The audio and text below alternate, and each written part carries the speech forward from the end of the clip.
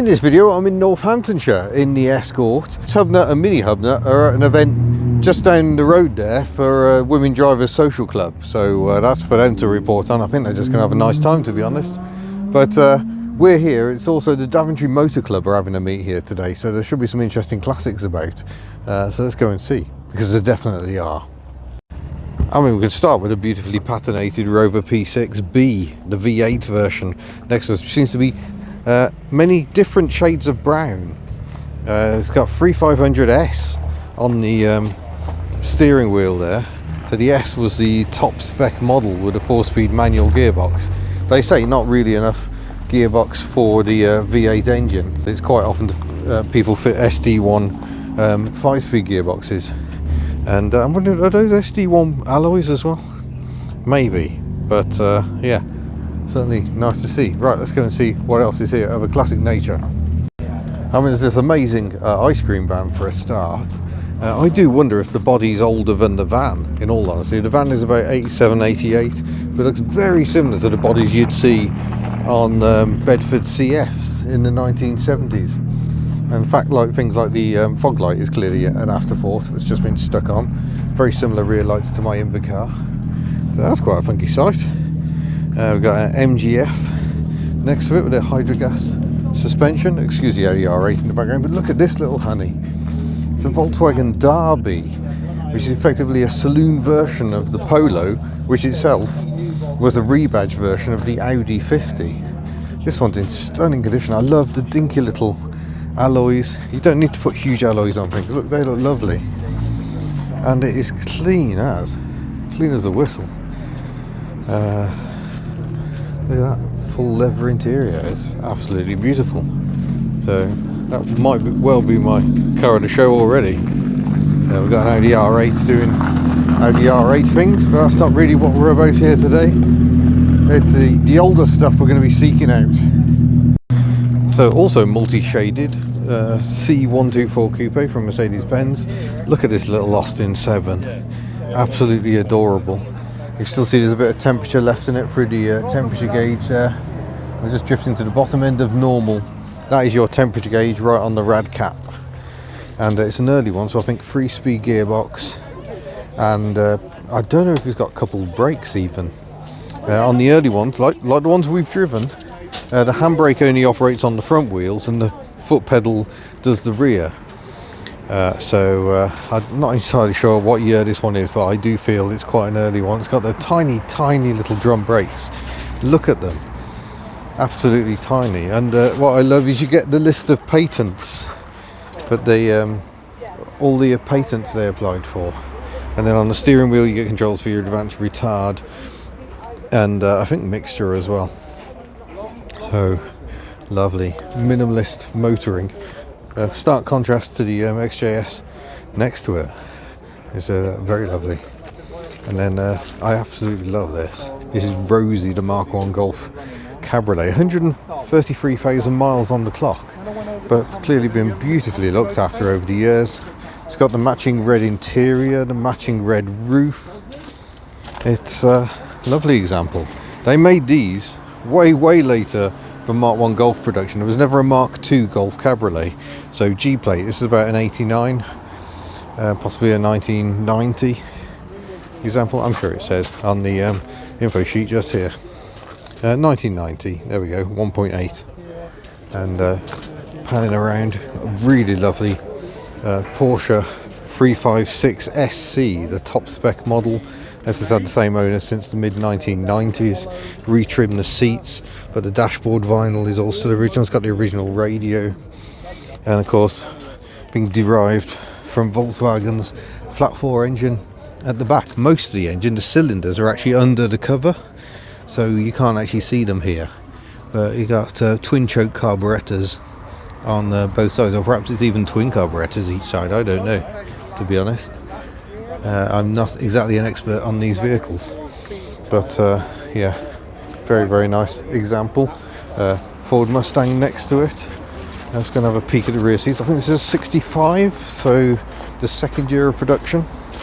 Yeah, the 65s I think had the curved rear lights. I think they were flat on the 64s, but It's a long time since I learned that. In fact, I could be wrong. Intriguing to see a left-hand drive Peugeot 205 on the GTI alloys, but clearly not a GTI. Lovely, look at that. Check cloth interior. Lovely. Oh, an XR. A fairly lowly spec, so intriguing. Beautiful standard Vanguard estate, which means I can't tell you if it's phase 1 or phase 2. It's been to Coventry Motorfest a few times. Look at that. Barn doors at the back. Lovely vehicle. So we're at Pistons and Rings near Daventry. So the column gear change there, indicator control in the middle of the steering wheel. And yes, that is a Ford GT40, I assume replica, next to it. More modern Mercedes-Benz. That's a lovely Volvo V70 estate, which gives us our headlamp wiper moment. Good, lovely colour. I like the contrasting leather interior.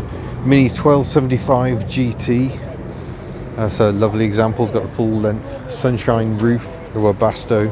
I love the square front Minis. More room to work on the engine. I think a happier face. So yeah, I like them. I know he's ago and he's hated them. Look what they've done to my Mini, he said. You got a Singer Roadster next to that.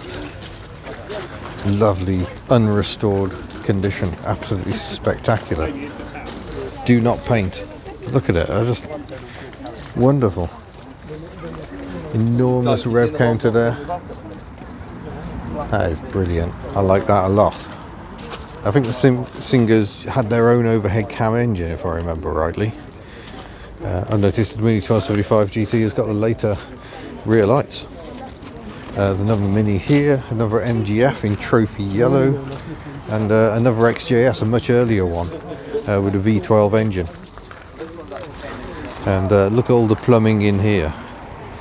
Early fuel injection, and that is the throttle control, so that rotates, which opens up the butterflies each side. Fascinating engineering, about 12 mpg. But 1978 or 79, this very rare years. The sales figures for the late 70s were appalling. The XJS actually had its most successful year, launched in 1975. Its best-selling year was, I think, 1987, by which time you could have a 6-cylinder engine, a cabriolet version. It finally cracked the American market. It had clearly been designed for, with these chunky bumpers. Then this is quite intriguing. It's a Triumph Herald 1360. It's the last of the Herald. It's on an M plate, which is about 1973.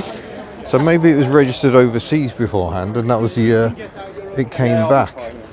But I wonder what year it actually is, because clearly not 73. It's got the slightly earlier windscreen scuttle for a start. The wipers changed in about 69, 70, were further apart.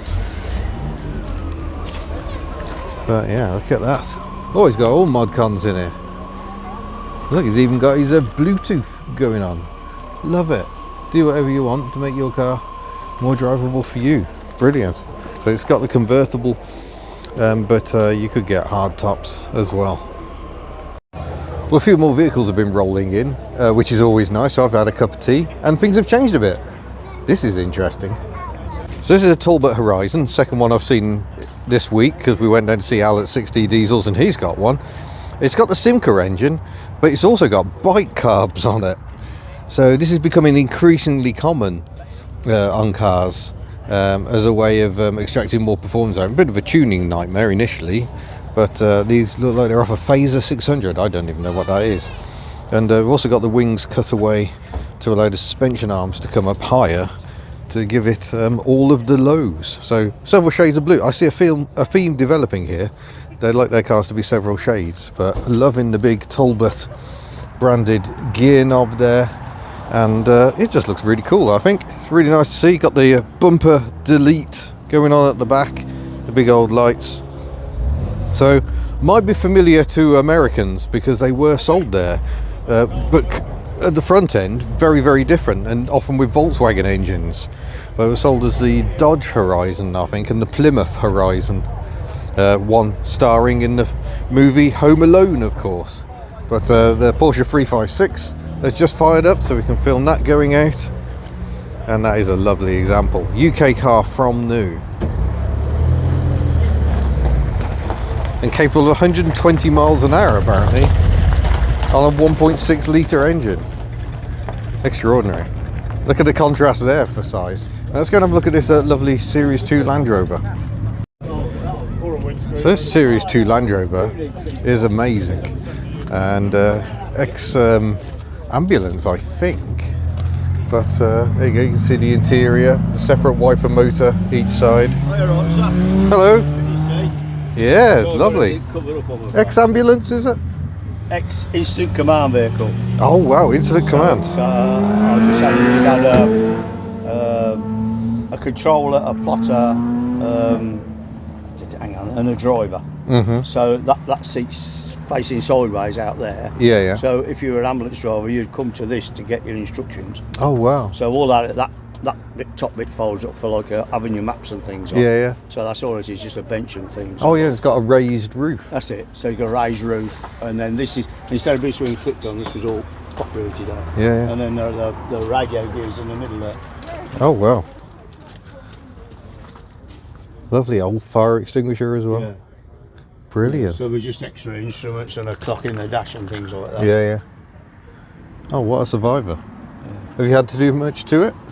It's a bit of a tragic tale because my best mate passed away 5 years ago, well, almost to the day, and he'd 95% finished it. Oh. So we watched him do it. He got a new chassis and everything he did. Yeah, yeah. So literally, it was in, was it like a classic Land Rover magazine, with like a 6-page spread on it, on the month he passed away. Oh, so I had how unfortunate. To have it. I couldn't, I'd known the guy 30 years. Yeah. What can I do? Yeah, oh, we did a lovely job. So where did it work? Sorry? Where did it work? In London. So there were 5 boroughs in London or something. Yeah, yeah. And that's the old London borough, borough of London with the River Thames and a canal on top. Yeah, yeah. And that sign stopped being used after about 86, I think, something like that. But I don't know what part of London. Yeah, yeah. So it's, you know.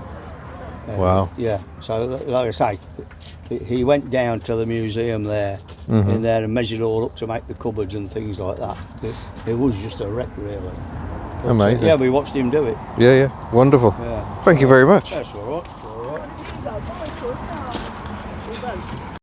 Now we've had a tip off, but there's another place that's going to be worth visiting. So we're going to hop in the old Escort and go for a quick drive.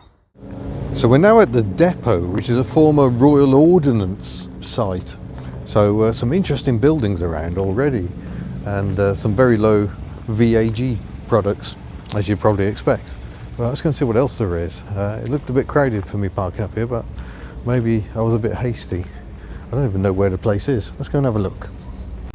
So that is gasoline juice. We'll go and have a nose around there in a bit. But let's look at some of the interesting cars. We've got a little Berkeley here, four-wheeled Berkeley, little motorbike engines, and a little Fiat 500 is putting into life, and a lovely air-cooled slammed Beetle as well. Look at the BBS wheels on that. 56, that's a late Mexican Beetle. Interesting. See what else is about up here. There's not as many cars here as I kind of expected, to be honest. We've got some modified BMWs, got a little MG midget up the back there. Maybe I'm a bit early. A lot of these places are kind of morning meets.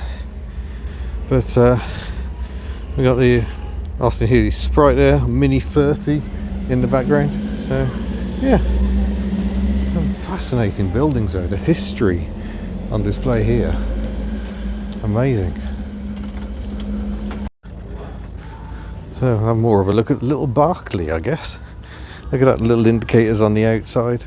Look how minimalist. They did make serious attempts to sell these in America as well. So quite a few made it stateside. Notice you've got like a sequential gearbox down here. That's a fascinating little thing. But yeah, sadly I think we're a bit late here, but that's alright. That means I can go and get some food. Okay, you can't buy happiness, but you can buy pizza. Oh gosh. It's all very dark in here, but how cool is this? Seriously cool. Fiat 124 Spider, Alfa Romeo 75 done up in a Cabinieri Italian police car style. Old petrol pumps over there. An old caravan, a classic caravan, which is a little stage area. Volkswagen Beetle over here in the corner. Little Mini, an aeroplane, because why not?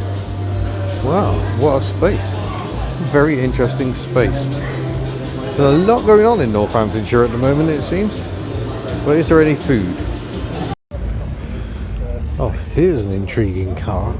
It's a Honda Fit RS. No idea what the spec is on these. It's got all the letters on the back of it, a big chunky exhaust. Yes, it goes a bit better than most, I'm going to suggest. Wow. Love it when you just see different stuff outside places like this. Whoa. I'm just having a walk around this impressive site, which is gently being peed on by Diego the dog. It dates back to the 1800s in places, and there is an actual canal that runs through it, which presumably was quite a safe way of transporting your ordnance, because mostly it would take you away from big places of population. What's this?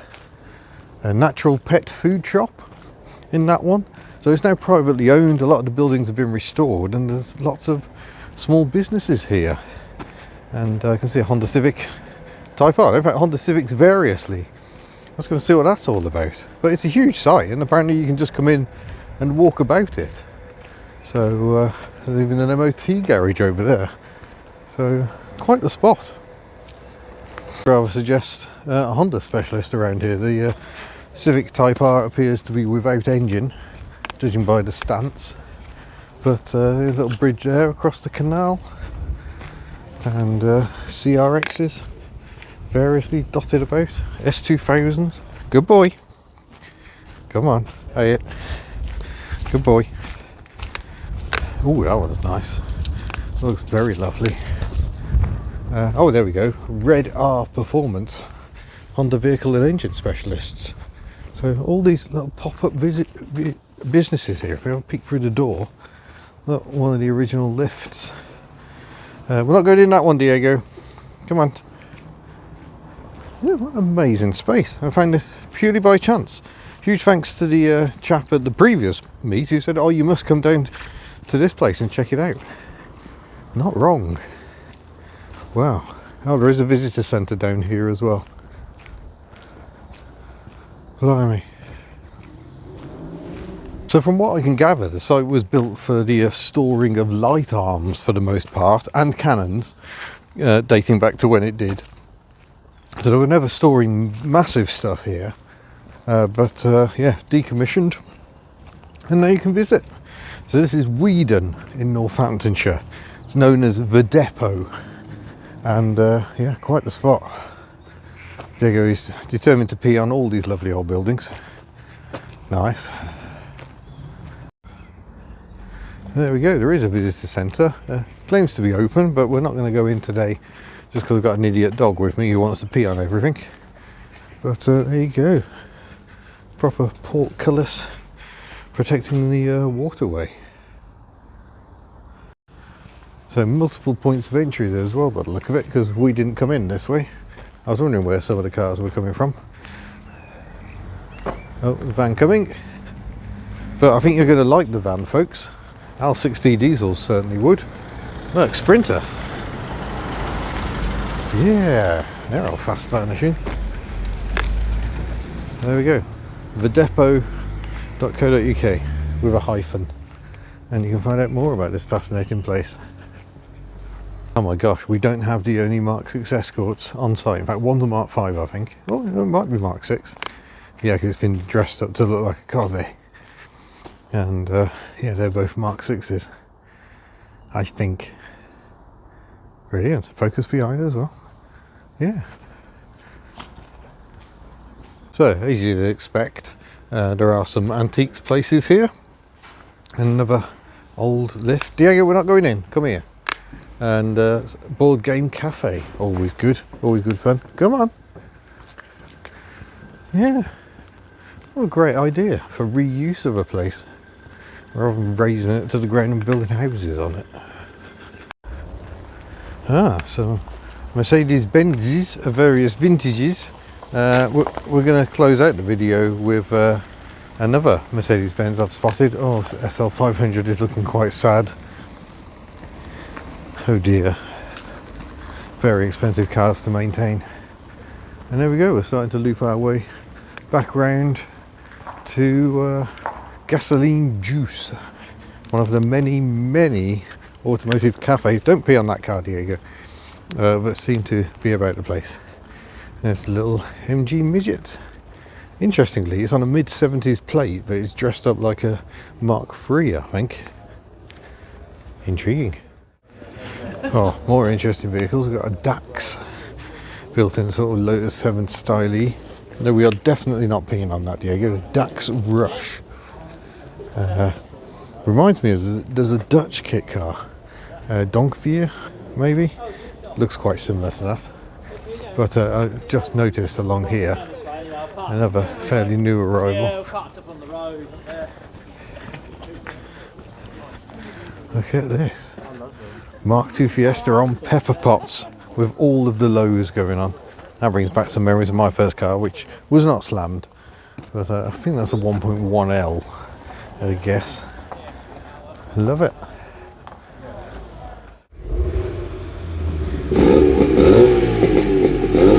Look at the size of that compared to that.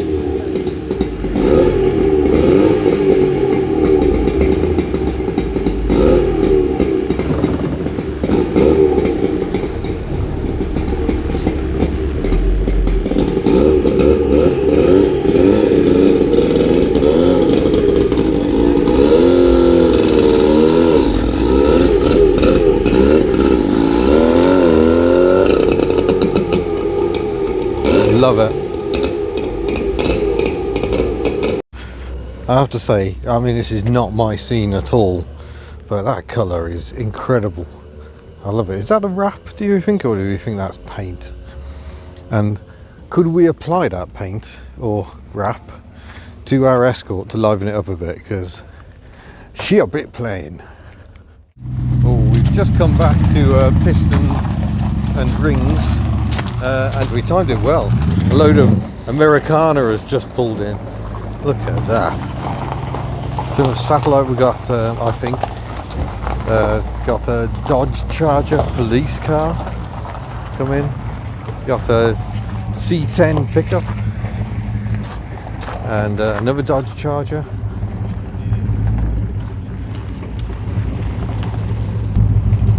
Loving the deep dish wheels on that.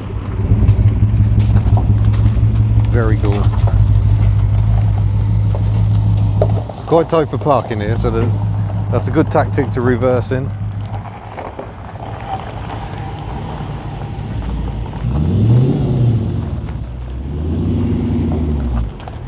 And yeah, this Dodge van, I'm loving that as well. How cool, that surfboard and all. We're nowhere near the sea.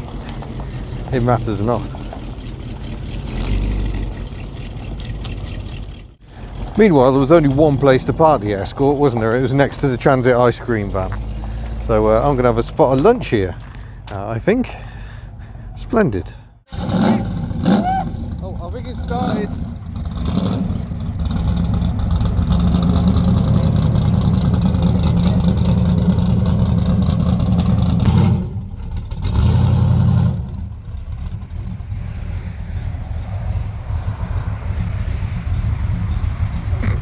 I'm not the only one, by the way.